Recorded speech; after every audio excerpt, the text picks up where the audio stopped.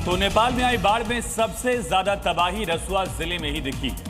दरअसल रसुआ पहाड़ी इलाका पड़ता है। तिब्बत से आने वाली भोटेकोशी नदी इसी इलाके से होकर गुजरती है और यही वजह है कि जैसे ही आपदा आई सबसे ज्यादा नुकसान रसुआ में ही दिखा है।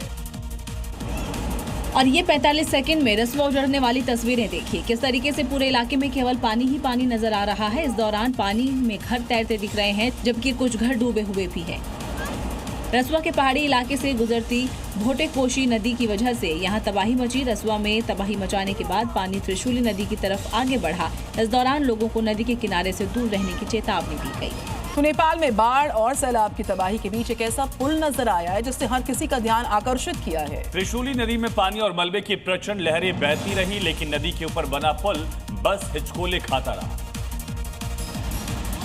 कुदरत के विनाश लीला दिखाता ये वीडियो देखिए, कैसे चंद सेकंड में सैलाब पूरे इलाके को निगल लेता है।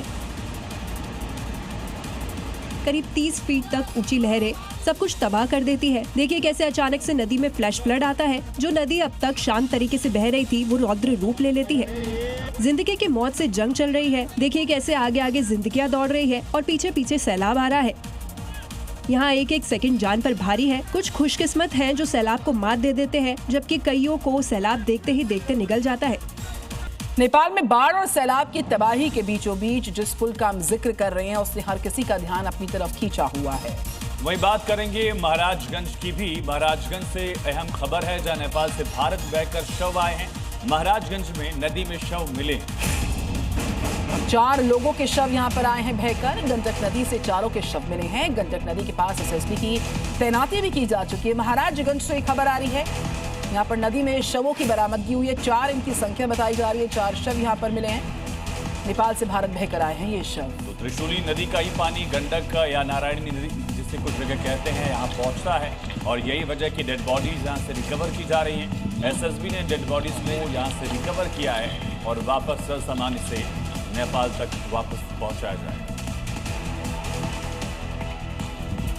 तो केदारनाथ में जब आपदा आई थी उस वक्त एक बड़ी चट्टान केदारनाथ मंदिर के ठीक पीछे आकर रुक गई थी, जिसे भीमकाय चट्टान कहा गया। और ऐसा नजारा नेपाल में आए सैलाब के बाद साफ दिखा है, जब एक भारी भरकम चट्टान सैलाब में बहती दिखाई दी।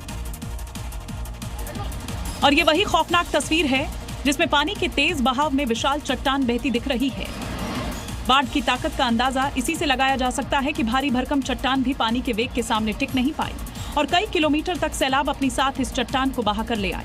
ये वो तस्वीर है जब पानी की रफ्तार तेज थी और पत्थर नहीं दिख रही थी।